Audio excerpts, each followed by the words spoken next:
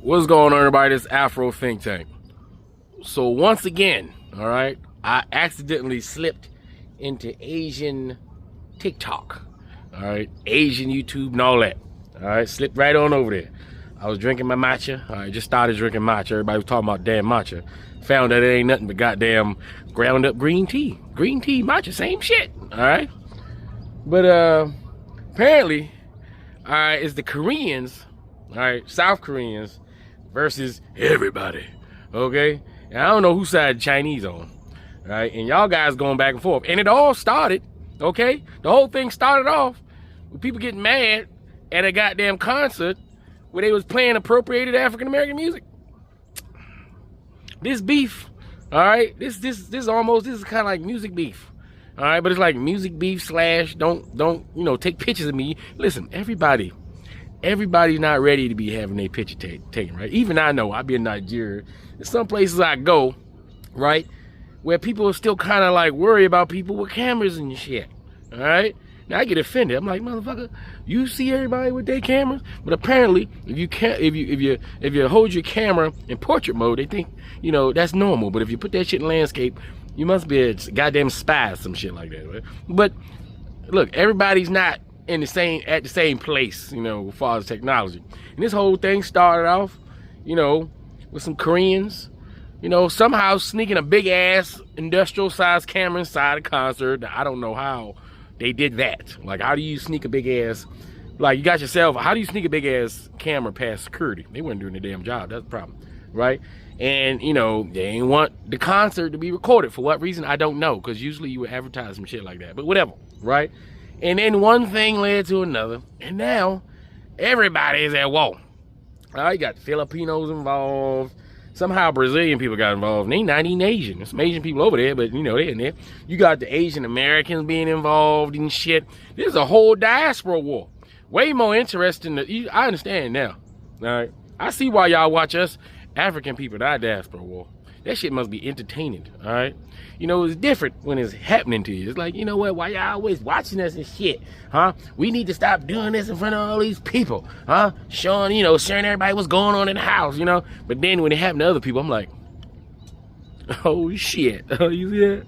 You see that? You see these glasses? Somebody gave me a compliment. I got these Jones off TikTok. They got my ass. I swore I wasn't about to buy nothing off them TikTok. But goddamn it, they be having the deals and shit. Man, I got these smart glasses for like $50, all right? Because I ain't want to pay another $50 to get them damn Ray-Bans. I got a camera on this bitch. I'm going to take this shit to Nigeria and be recording people they don't even know. Even though the light pop up, they don't know nothing about that. All right? Next time you go to the concert, get yourself some smart glasses that record. You can record everything. Nobody got to know nothing. All right? And they got the kind, you know, that don't got the light. Now, maybe I could put a piece of black duct tape up this bitch. They really won't know. They be like, they geek. I got duct tape on the glasses. And that's the only thing they won't know because I'm recording their ass the whole time. All right? But listen, let's watch this shit. I'm into it. All right, let's watch the Asian diaspora wars. Korea versus everybody. And I'm doing this on a Samsung phone. All right, that doesn't mean I'm on the Korean side. All right, I like Korean barbecue. I also like boba tea. All right, you just saw I had some matcha. I like Chinese food, real Chinese food, not fake Korean food called Chinese food at the carry out, you know, because we know the Chinese. Hey, here's the secret, y'all. Most of the Chinese restaurants, they not Chinese, they Korean. I had a Korean tell me that. And those buffets, or Chinese buffets, them ain't Chinese, them Korean. If you want to go to a real Chinese restaurant, go to a Chinatown and notice that your Singapore noodles, your orange chicken, and your sesame seed chicken is different there. All right, because they cook it different. All right, sometimes the noodles are square. All right, them the good noodles. If your noodles are square, that's some Chinese shit. All right, them shits around, that's some Korean shit. I'm trying to tell you. That's what I was told by Korean. If I misspoke, you know, take that up with the goddamn Koreans. All right. Anyway, without further ado, let's check this shit out because it's entertaining when we watching other people do their diaspora wars. All right, and it shouldn't be that serious. This is not the time for, like, this is legitimately not the time for diaspora wars of any kind. All right, this is our moment. If you're Asian, listen. If you're Asian, this is your moment. You finally have uplifted yourself and disconnected yourself from white supremacy, and you're rising. All right, you don't have time for division. All right, so get over yourself. Get over your shit. and unite. All right, doesn't matter what part of goddamn Asia you're from. Unite under a cultural consistency of your wonderful Asian cultures. All right, same what us Africans are doing over here. We're trying to unite under our common culture, even though we're all vastly different. Just like you guys are all vastly different. And that's things to be celebrated, not talked down upon. Because I think we both groups have had enough time of people downgrading and talking trash about our cultures while stealing it at the same time and pretending to be it and worshiping it at the same time. Huh? And that's some weird shit. Anyway, that's all I gotta say. This is Afro Think Tank. Learn something, teach something. I'm out. So I'm not really on X, but enough people were asking me to weigh in on this online feud between the Southeast Asians and the Koreans. I had to Google it because I had no idea what was going on. And this article gave me the best rundown. Apparently, this heated online beef started with a K-pop concert in Malaysia. So it was K-pop group Day 6's concert in Malaysia. At this particular venue, the organizers of the concert and the venue itself was very explicit in telling concert goers that no camera or video equipment was going to be allowed at the event. But Korean fans who run fan sites had snuck in large professional camera and lenses to the venue to take photos of the event. And the Malaysian fans decided to go online and blast the Korean fans who run these fan sites, one even showing a video with their face. The Koreans took big offense to that. She already apologized. You know, for Koreans, it's a big no-no to post photos of people online. But that's, of course, a law and culture in Korea. I don't think Malaysia has the same sensitivity about photographing people out in public. But then Koreans started to take it further. If you're going to like Korean singers, at least try to respect Korean culture, or else stop consuming fan site photos on your timeline. Is this a trade of foreign beep? That's disgusting. Then the Malaysian fans were like, bitch, please. Foreign fans helped propel the popularity of K-pop in the region through streams and merchandise purchases. But the clapbacks from Southeast Asia are really hitting. Someone said, we can't criticize God's creation, but we can criticize the doctor's creations. This one's dark. Someone said, at least our bridges aren't for jumping. Referencing Korea carries one of the highest suicide rates. And someone said, don't jump in the ocean, you'll cause plastic pollution. But you know what? I'm all for it. My people need to get humbled, specifically on their disrespect towards Southeast Asians. And I can say that because one of the reasons of many that I am in no contact with my Korean side of the family is because of the racism and disrespect they showed towards my Filipino husband. One of the earliest things my stepmom said to me, I mean, that woman doesn't even like me. When we are on decent terms, I had mentioned to her that me and my husband got into a little fight. She jumped in and was like, how dare he start shit with you? He's third world. Doesn't he know he married up? Now, this woman trashes me on the regular. But the thought of a Filipino picking a fight with a Korean wasn't about taking a side with me because I'm her daughter. It was just her racism. She thinks Filipinos are low-tiered Asians. Her national pride is what got her worked up. The Koreans are the embodiment of hurt people hurt people. We have a deeply rooted inferiority complex because we were colonized by the Japanese and the Chinese. You would think that kind of history would make us relate more to the Southeast Asians. We should know better than anyone what it is to be disrespected from people who you believe to be your people. But instead, we want people beneath us. Say, we've leveled up. We're top-tier Asians now with the Chinese and the Japanese. And that's on internalized racism. Anyways, yes, we deserve to be clowned on for this atrocious behavior. This is also why I have more Filipino fans, because usually my own people don't like me. So Southeast Asians are beefing with South Koreans. And as a South Korean, when I hear you guys say, oh, Koreans are racist, capitalist, greedy, class obsessed, starved for white attention, Western attention, pick-me-shas, obsessed with money, obsessed with power, obsessed with climbing the political and social and work ladder. We consider ourselves supremacists. We are better than everyone. Our music is better than... We're better at everyone else at taking the American ideals of greed and unfettered capitalism and completely losing our souls. So much so that we have let our country be taken over by corporations and conglomerates that run... Corporations like Samsung and LG completely run the country and the nation. And that's why our presidents have always been crooks and criminals. And that's why some of them even unalive themselves and bringing witches into the Blue House. You know what I say as a Korean? You're right. So South Korean and Southeast Asian netizens have been fighting on X. And as an Indonesian myself, here's what I have to say about that. Look, to my Asian neighbors in the peninsula, just because we watch your Korean dramas and just because we like your K-pop music, it does not give you the right to mock or look down on the rest of us Asians who happen to have a slightly different culture and a much darker skin complexion than yours. You are not superior to us. You're not better than us. So stop being fucking racist. And P.S. Nobody makes fun of Nona on my watch and gets away with it, okay? Hi, I just wanted to make a quick post and let everyone know on TikTok, especially from Southeast Asia, I'm Korean, but I'm Korean American. And I don't know if that means anything to you, but like I've lived my entire life in America. And so I'm more American than Korean. And I know that there's Korea versus Southeast Asia right now.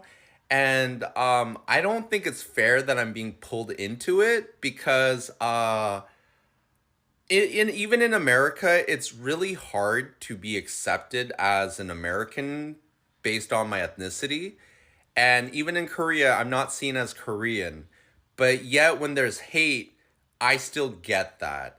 And today on my live, I experienced it. And I know majority of it are bots. But for those that actually can understand this, please let people know I'm Korean by birth and I have no part in being Korean like that. I have never seen anyone as better than anyone because living in America throughout my whole life, I know what it's like not to be accepted. So hopefully Southeast Asian countries, you will understand that I am literally a bystander. It's not fair for a random Korean that's living in the US suddenly getting all these racist comments and hate for just being Korean.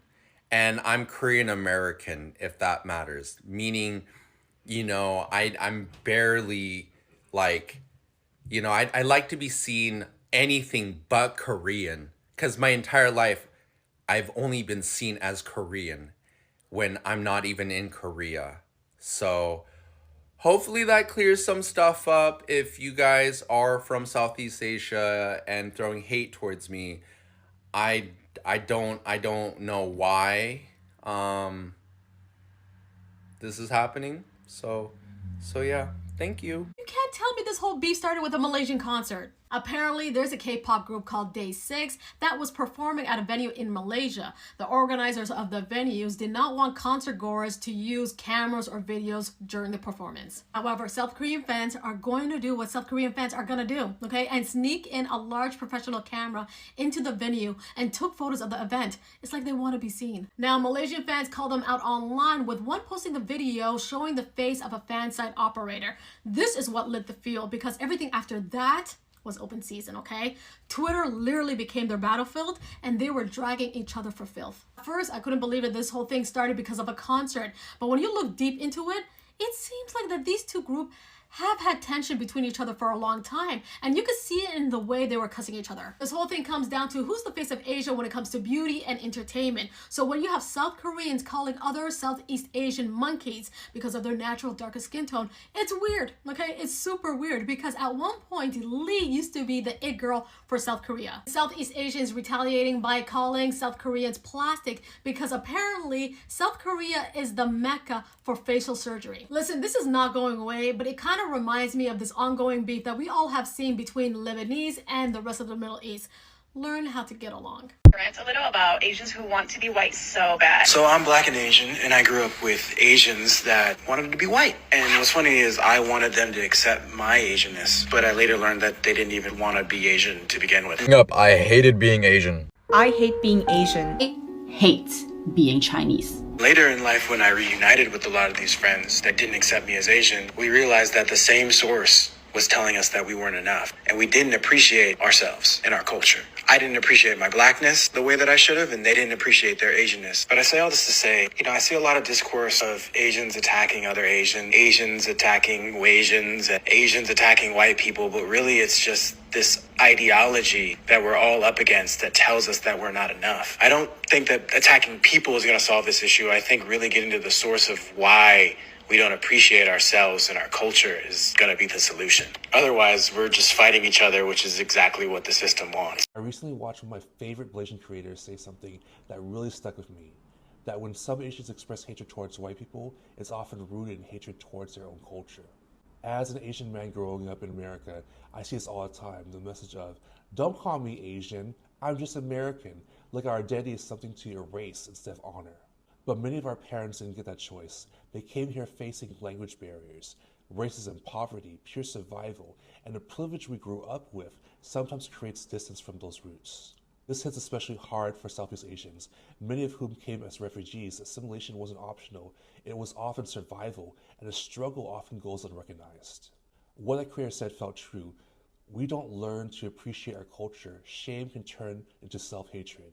And let's be honest, Malaysians and Wasians often experience the world very differently, with Wasians benefiting from greater visibility and the European beauty standards. If we want stronger Asian communities, we have to support our culture, our history, and each other, not run from it. Healing starts with pride, not denial.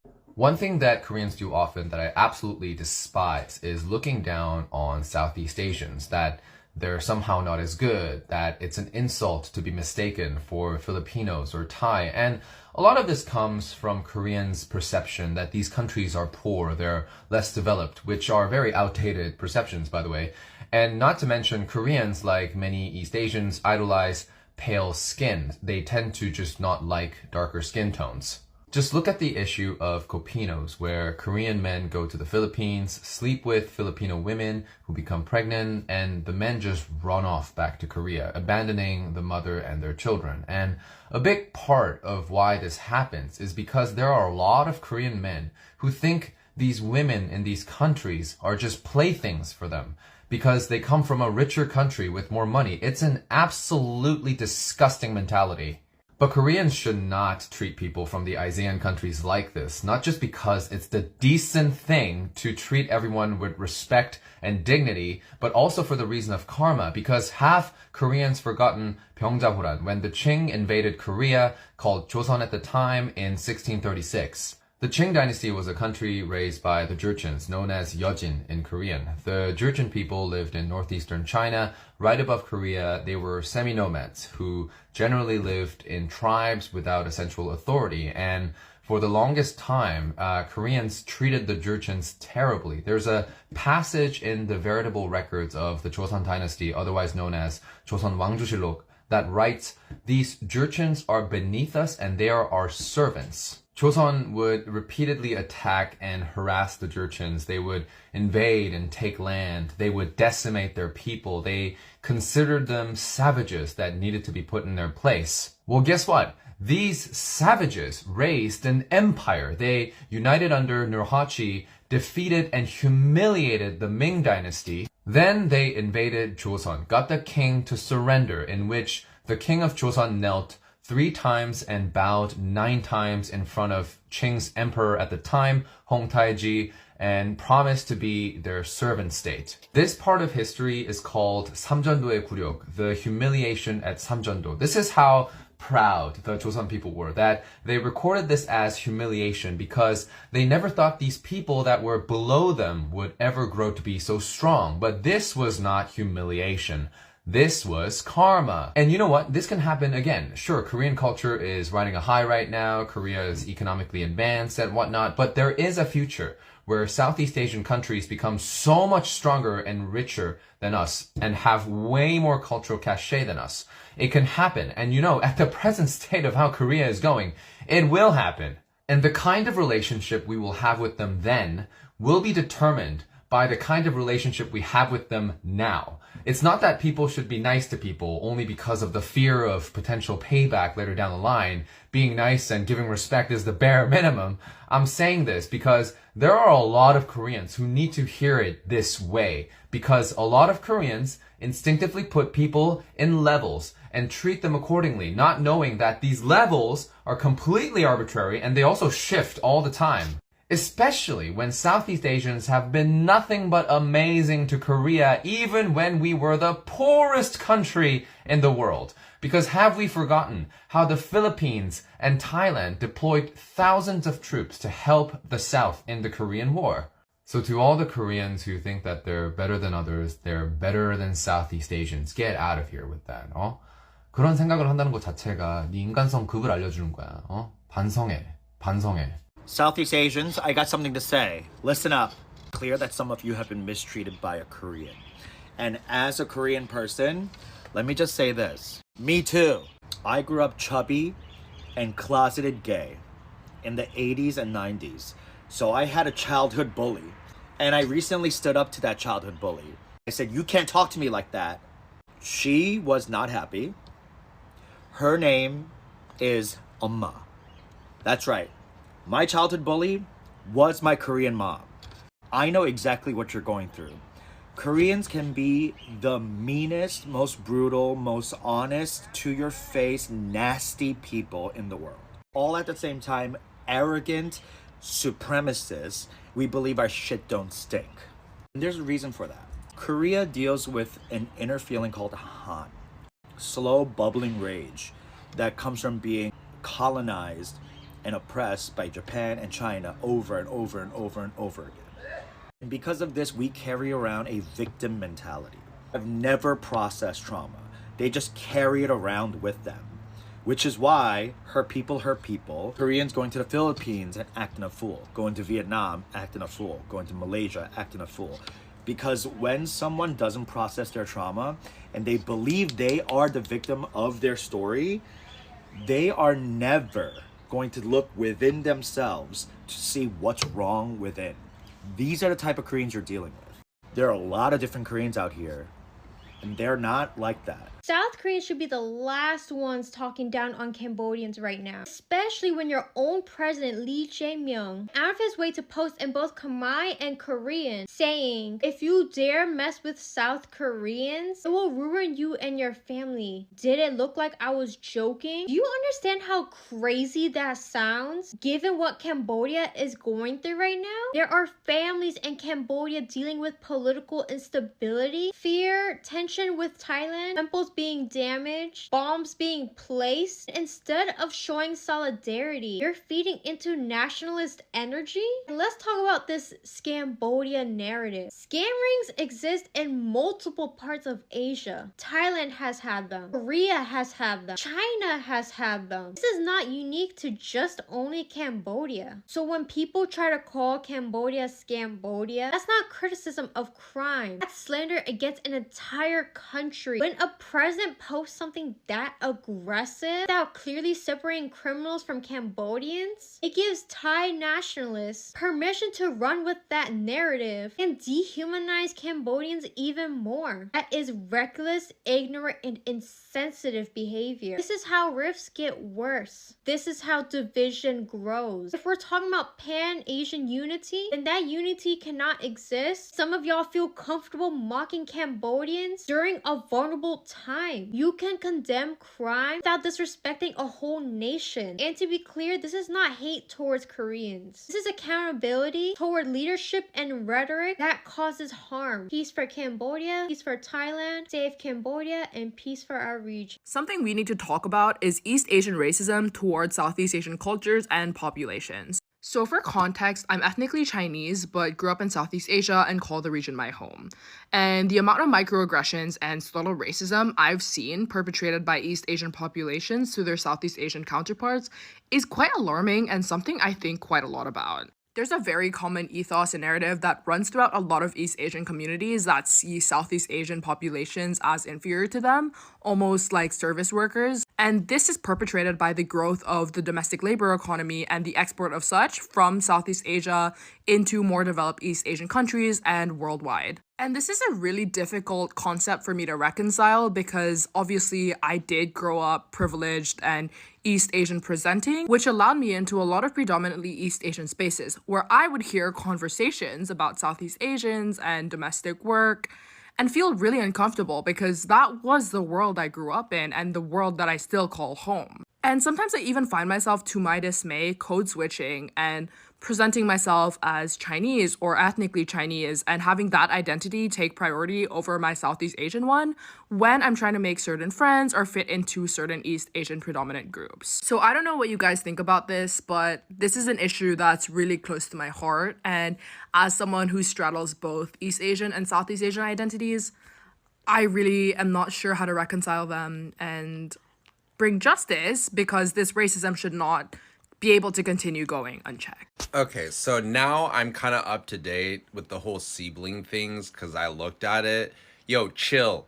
I see like Korean Americans also like jumping in on this, but I don't want any part of this. So, because I don't care. I genuinely don't care. I mean, listen to my West Coast Americanese accent. Like, I ain't like you guys over there, so don't beef with me, okay? Like, I'm tagging siblings so that you guys see. If I didn't show you my face, you wouldn't know. You wouldn't know. Because I was born here in the States. So it's just back off.